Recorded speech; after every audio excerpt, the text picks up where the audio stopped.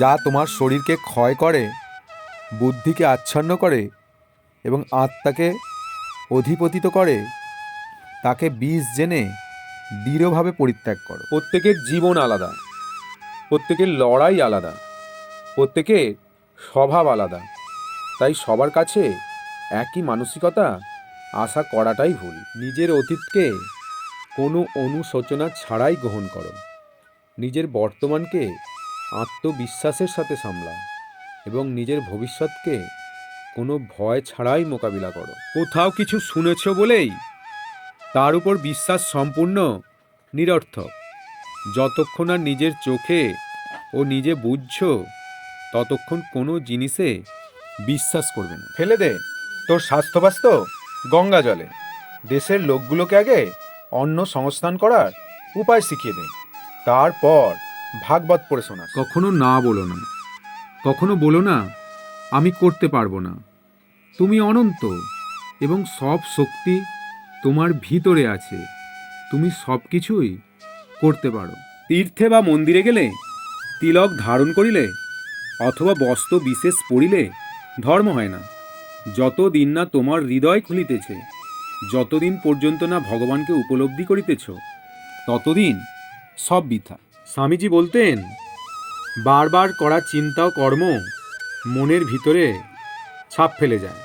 এই ছাপ থেকেই জন্ম নেয় অভ্যাস, আর অভ্যাস গড়ে তোলে মানুষের স্বভাব ও চরিত্র। নিজেকে বিপদ থেকে টেনে তোলো। তোমার উদ্ধার সাধন তোমাকেই করতে হবে। ভীত হয়েও না।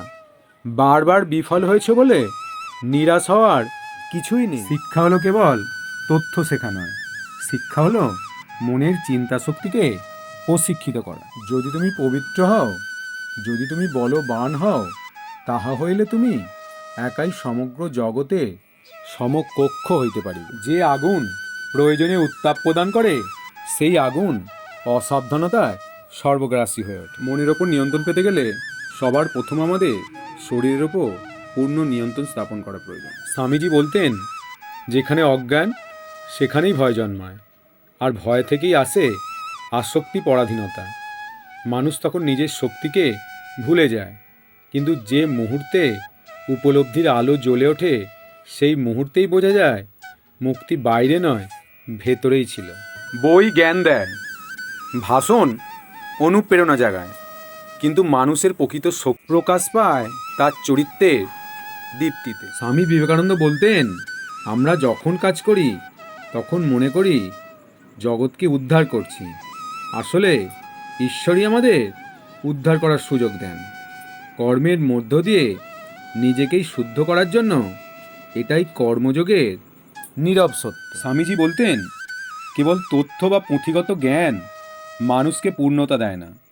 আত্মজ্ঞান না থাকলে জ্ঞান ভার হয়ে ওঠে, আর সাধনা ছাড়া জীবন অর্থহীন, যান্ত্রিকতায় পরিণত হয়।